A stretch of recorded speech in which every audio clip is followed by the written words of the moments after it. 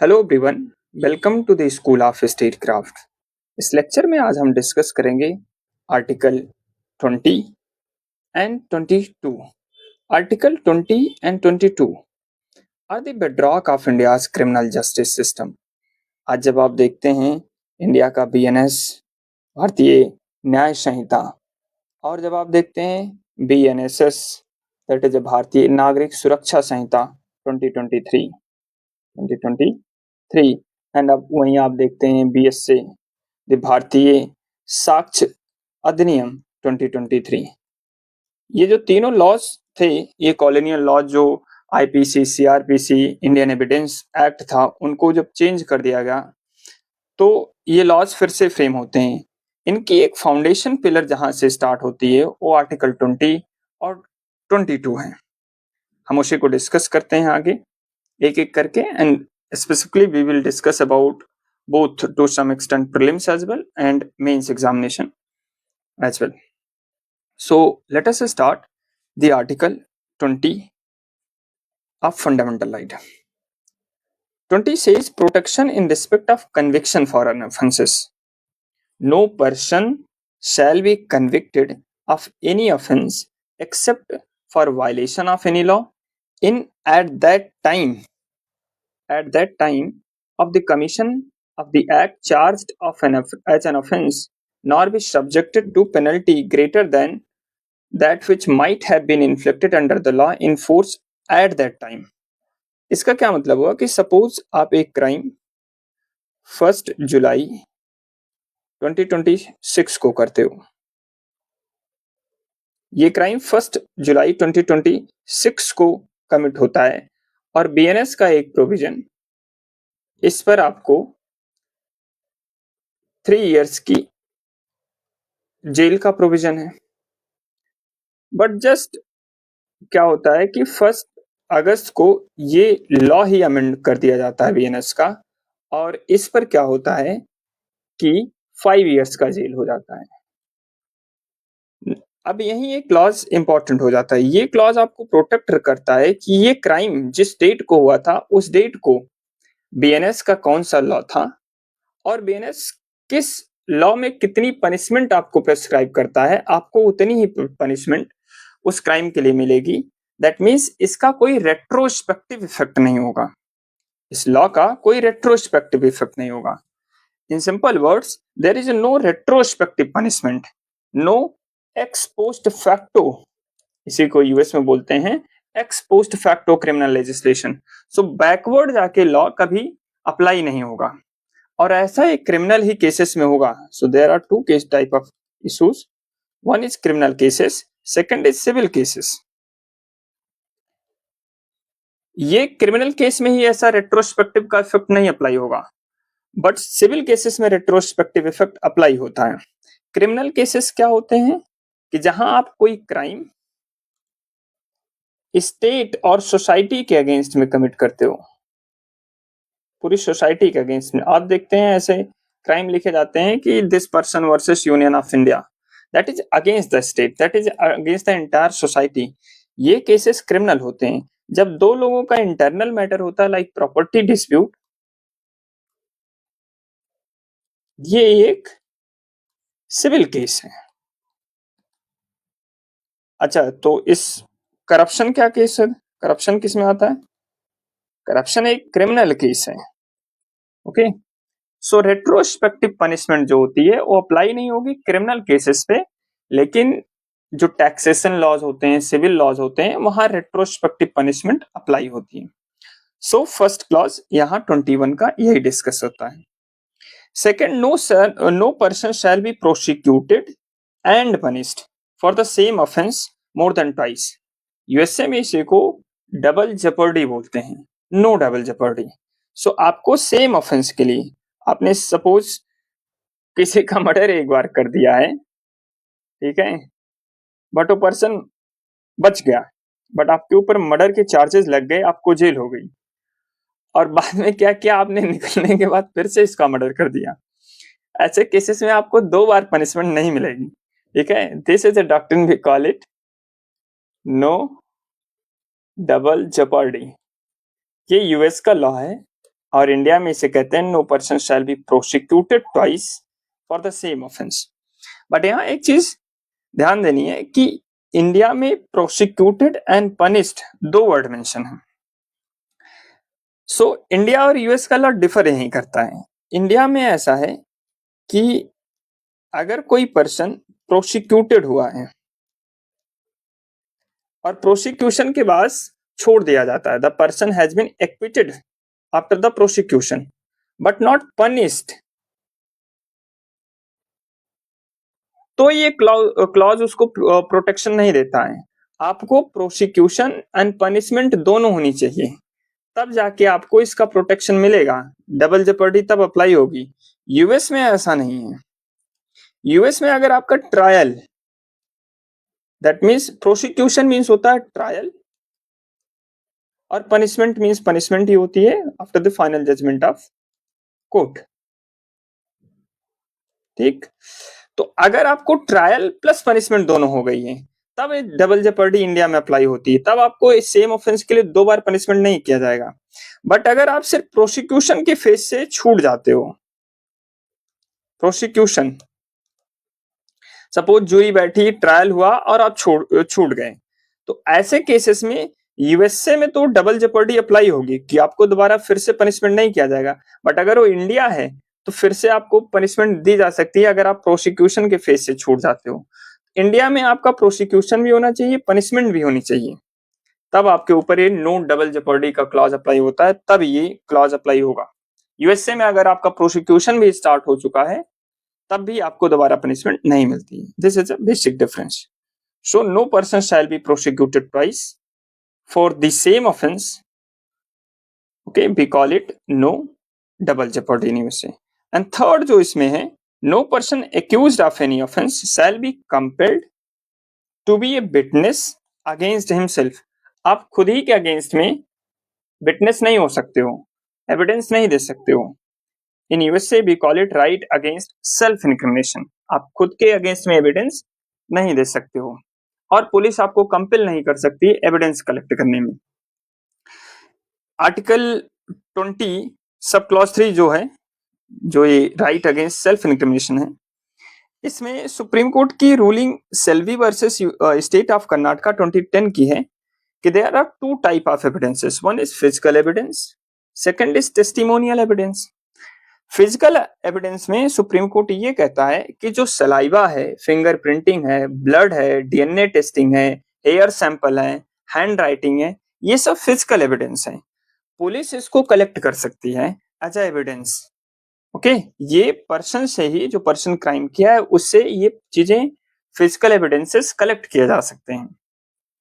But जो testimonial evidence है, like narco analysis हो गया, पॉलीग्राफ हो गया जिसे लाई डिटेक्टर टेस्ट बोलते हैं, ब्रेन मैपिंग हो गई, ये सब पुलिस कलेक्ट नहीं कर सकती without the consent of the individual. Okay, so because this violates the mental privacy which is a part of article 21 as well. So narco analysis, brain mapping, polygraph test are banned as they violate article 20 subclause 3 and the right to privacy under article 21. DNA fingerprinting is not violation, Supreme Court says in Selvi versus State of Karnataka, because this is a part of physical evidence. But बाकी जो testimonial evidence है, narco analysis, क्योंकि यहाँ narco analysis, polygraph test, brain mapping में आपको क्या कर दिया जाता है, अनकॉन्शियस कर दिया जाता है, फिर आपसे एविडेंसेस कलेक्ट किए जाते हैं। एंड यही रीजन है कि आपकी प्राइवेसी को वायलेट करता है and police can not collect it. So हमने डिस्कस कर लिया 20 में क्या है कि कन्विक्शन के राइट्स क्या क्या है, no post facto criminal legislation and no double jeopardy, and third is right against self incrimination. आप अपने ही क्राइम में एविडेंस नहीं दे सकते हो, पुलिस कंपेल नहीं कर सकती है।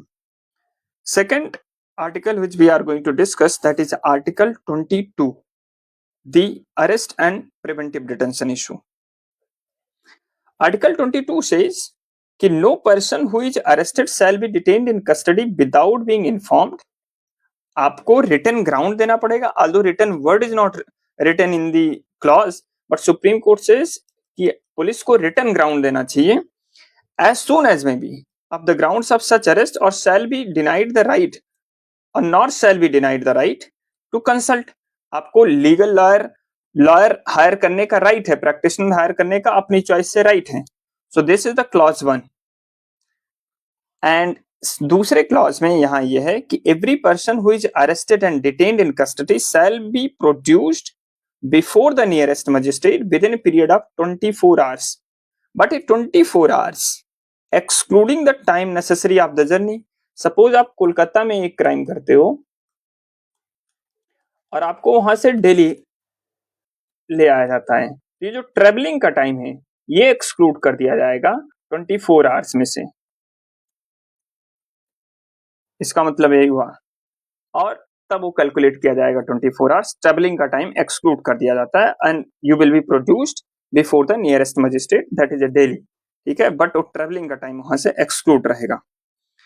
Magistrate and no person shall be detained in custody beyond the set period without the authority of magistrate. और अगर आप इससे ज्यादा जाते हो तो आपको क्या करना पड़ेगा, मजिस्ट्रेट की परमिशन लेनी पड़ती है।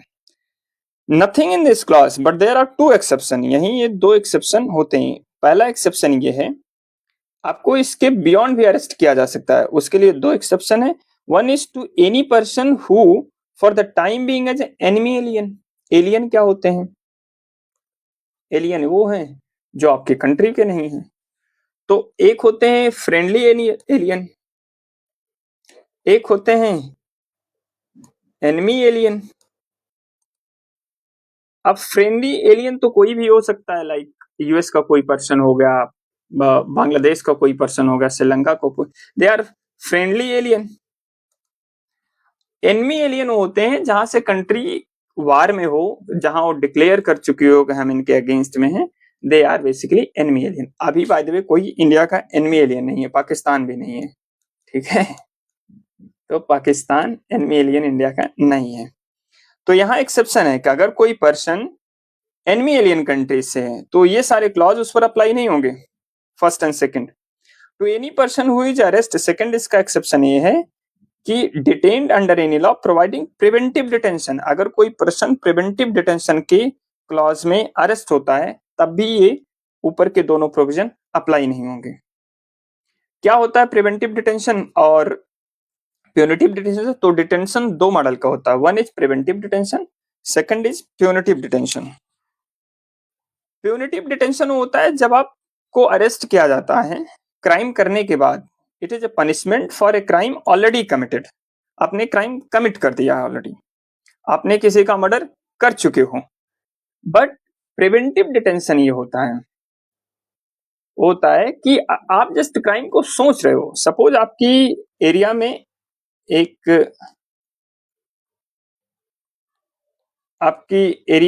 फेयर ऑर्गेनाइज होता है और यहाँ बहुत बड़ी गैदरिंग होने वाली है, बड़े बड़े पॉलिटिशियन पार्टिसिपेट कर रहे हैं और आप एक हैबिचुअल ऑफेंडर्स हो, तो आपको पुलिस क्या करेगी कि ये फेयर ऑर्गेनाइज होने से पहले ही डिटेन कर लेगी। क्यों? क्योंकि आप हैबिचुअल ऑफेंडर हो, आप कुछ ना कुछ यहाँ डिसरप्शन करोगे तो पुलिस आपको पहले ही अरेस्ट कर लेती है। तो this is a preventive detention. Preventive detention का इश्यूज आप देखेंगे ड्यूरिंग इमरजेंसी। सो सबसे फेमस केस प्रिवेंटिव डिटेंशन का हो जाता है वहां जब स्टूडेंट यूनियन को, पॉलिटिशियन को अरेस्ट कर लिया जाता है, मीशा एक्ट वगैरह होते हैं, वो इसी से इंस्पायर होते हैं, बट अभी उसको हम डिस्कस करते हैं। सो 2 इसके एक्सेप्शन है, to any person who for the time being as enemy alien, and the second is to any person who is arrested detained under the law preventive detention, and no law providing for preventive detention shall authorize the detention of a person for longer period 3 months। तो अगर कोई person preventive detention में ही है तो maximum period उसका 3 month ही है। उसके बाद अगर आप जा रहे हो आपको एडवाइजरी बोर्ड होगा, there shall be an advisory board consisting of person who have been qualified appointed as जज और high court has reported before the expiration of said period of 3 months that there is in its opinion sufficient cause for such detention। तो ये advisory board जो होगा ये इसको ये feel होना चाहिए, इसके पास एक सफिशिएंट ग्राउंड होना चाहिए इस पीरियड को एक्सटेंड करने के लिए, तब आप 3 मंथ का डिटेंशन क्रॉस करोगे, अदरवाइज नहीं। सो आर्टिकल 22 सिंपल वर्ड में ये है कि पहली बात तो आपको जब डिटेन किया जाएगा तो उसका ग्राउंड बताया जाएगा कि किस पर एज सुन एज पॉसिबल, और उसका that shell be communicated by the police. And second is आपको लीगल प्रैक्टिशनर लॉयर हायर करने का राइट है अपनी चॉइस से। एंड थर्ड इज आपको जब अरेस्ट किया जाएगा तो वो विद इन 24 आवर्स के अंडर में आपको नियरेस्ट मजिस्ट्रेट के सामने प्रोड्यूस कर दिया जाएगा, excluding the time travel. But ये सब अप्लाई नहीं होंगे दो केसेस में जिसके एक्सेप्शन है, that is one is in case of if you are from country enemy alien, and second is if you are under the preventive detention.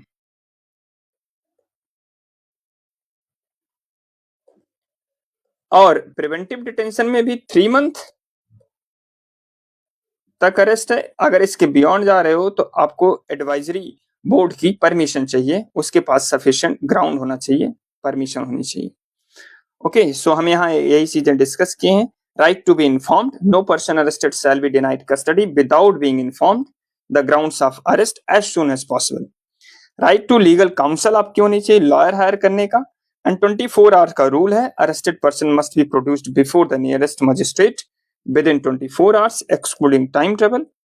Written reason, ये by the way यहाँ इस article में लिखा नहीं गया है, but this is the guideline of Supreme Court कि mandates that written reason for the arrest must be communicated clearly. Okay, कुछ और प्रोसीजर्स हैं in case of for example women. तो जब वुमेन को अरेस्ट किया जाएगा तो there shall be women constable. Again ये सब आर्टिकल 22 में नहीं मेंशन है, बट ये सुप्रीम कोर्ट की गाइडलाइन है। एंड सेकंड थिंग इसमें यह है कि police can not arrest after the sunset and before the sunrise, before the sunrise and after the sunset without exceptional circumstances. तो कभी कभी किसी किसी केस में ऐसा होता है कि अगर पुलिस को ये पता हो कि आप आज की रात में कंट्री छोड़ के चले जाओगे, तो ऐसे केसेस में कोई भी पर्सन, इवन नॉर्मल पुलिस आपको अरेस्ट कर सकती है, डिटेन कर सकती है। Otherwise in case of women there shall be a women constable and no police can arrest before the sunrise and after the sunset. That is a supreme court guideline. दो exception हमने पहले discuss कर दिया, enemy aliens, person under preventive detention laws. Clear? Punitive and preventive detention में हमने difference भी बता दिया कि preventive punitive detention arrest after the committing crime, and जो प्रिवेंटिव डिटेंशन होता है प्रिवेंट करने के लिए होता है, committing arresting before committing the crime. Okay, preventive detention में इश्यूज क्या है, क्या लिमिटेशन है, कैसे मिसयूज होता है, हम उसको देखते हैं। तो प्रिवेंटिव डिटेंशन में सबसे फेमस केस प्रिवेंटिव डिटेंशन का AK गोपालन का होता है। AK गोपालन केस 1950। AK गोपालन एक कम्युनिस्ट लीडर थे जिनको अरेस्ट कर लिया जाता है प्रिवेंटिव डिटेंशन एक्ट 1950 के थ्रू। वो पहले से भी जेल में थे, बाद में छूटते हैं तो गवर्नमेंट उनको फिर से अरेस्ट कर लेती है। वो कम्युनिस्ट लीडर होते हैं, जनरली पंडित नेहरू के अगेंस्ट भी रहते हैं। So his lawyer approached the Supreme Court through habeas corpus. Habeas corpus कहाँ है? आर्टिकल 32 में। अप्रोच सुप्रीम कोर्ट एंड उनके लॉयर ने ये आर्गू किया कि ये वायलेशन है article 19(1) sub clause D. 19(1) sub clause D क्या है? Right to movement throughout the India, within country में आपको मूवमेंट करने का राइट है। And second, it violates also article 21 freedom of life and liberty, personal liberty, and also violates article 22. This is a illegal detention. But supreme court की इसमें बहुत ही narrow interpretation होती है। पहले भी हम ये केसेस डिस्कस कर चुके हैं। कि सुप्रीम कोर्ट इसमें just read the text of the article 21 that there shall be a procedure established by law. अगर एग्जीक्यूटिव क्या है, प्रोसीजर को फॉलो करते हैं, तो एग्जीक्यूटिव के पास पूरा राइट है किसी भी पर्सन को डिटेन करने का, और बाद में सुप्रीम कोर्ट इनके अरेस्ट को अपहेल्ड कर देती है और इनके अगेंस्ट में जजमेंट आ जाता है. So this was a major setback in India judicial system interpretation ecosystem, की कैसे जुडिशरी फेल हो जाती है इस क्लॉज को इंटरप्रेट करने के लिए. इसी बात को आप मेनका गांधी केस में देखते हैं. मेनका गांधी केस 1978. जुडिशरी इसी आइडिया को, ए गोपालन के केस को, जो कि सिंपल टेक्स्ट बेस्ड इंटरप्रिटेशन था कि प्रोसीजर फॉलो होना चाहिए और आपका अरेस्ट वैलिड हो जाएगा, सुप्रीम कोर्ट यही इवॉल्व करती है the doctrine of due process of law, कि जस्ट प्रोसीजर नहीं, उसका जो सब्सटेंटिव आउटकम है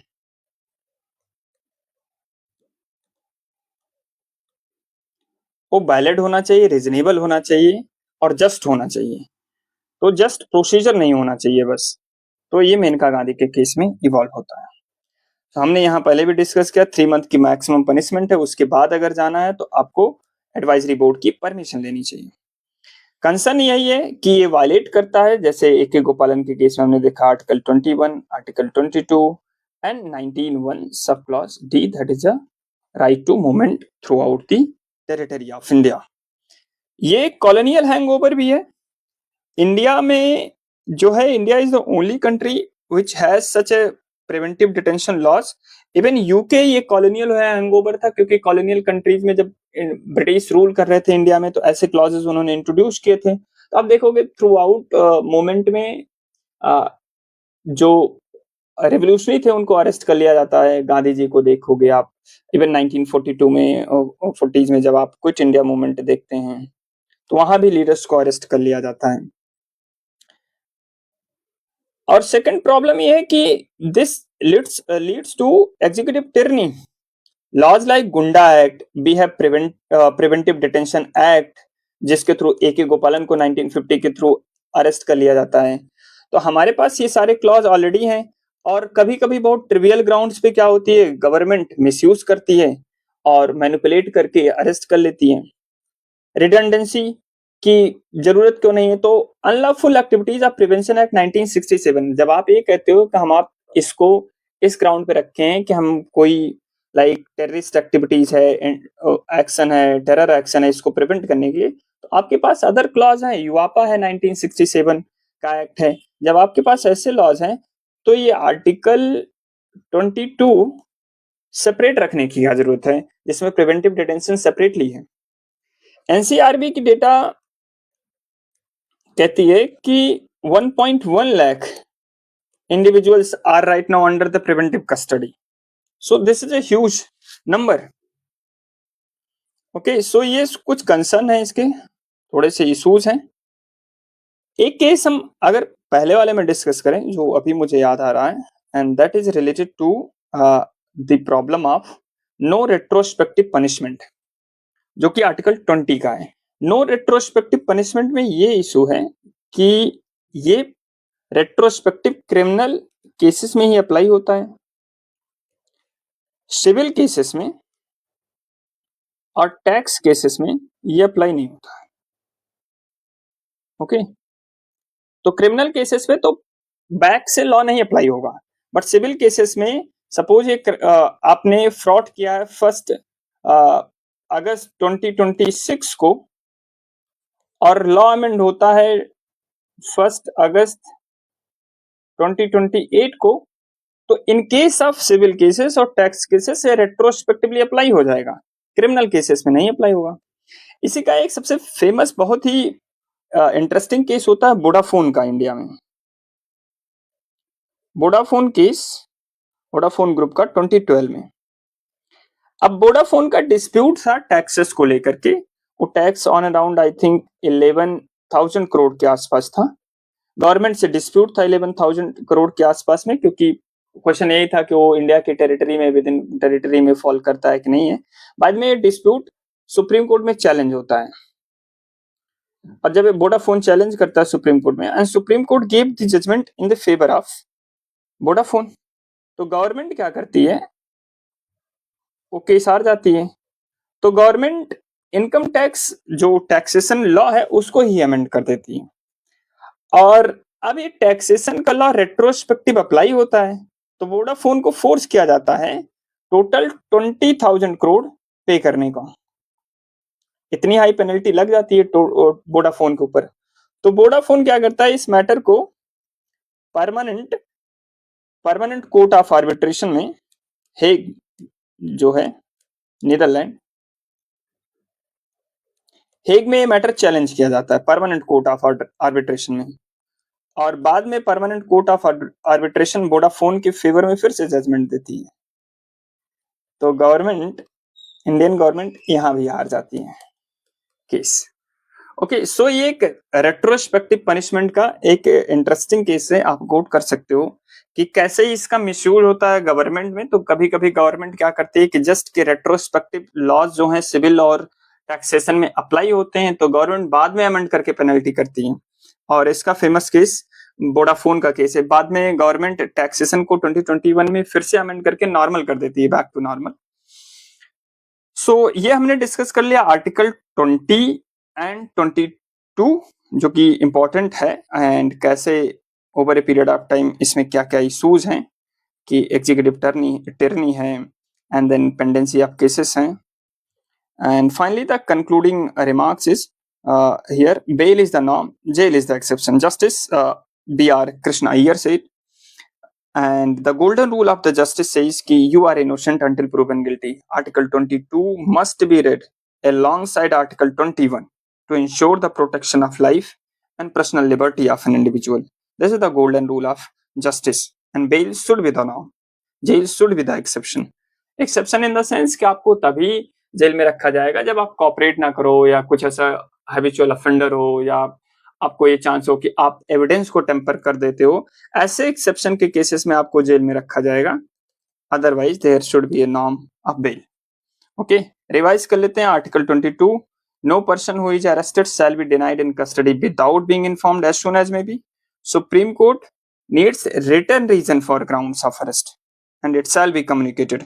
सुप्रीम कोर्ट गाइडलाइन है women arrest not okay before sunrise, after sunset. Right to consult, right to be produced before nearest magistrate within 24 hours, exclude the travel time.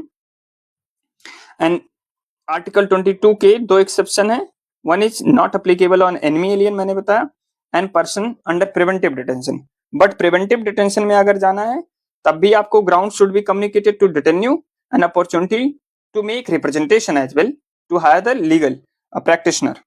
Custody can not be more than 3 month. अगर आप 3 month के बाद जा रहे हो तो आपको advisory board की परमिशन लेनी पड़ेगी, या तो पार्लियामेंट ने ऐसा कोई लॉ ऑलरेडी फ्रेम कर दे, ठीक है, अमेंड कर दे, कुछ करे, तो then you can extend more than 3 month.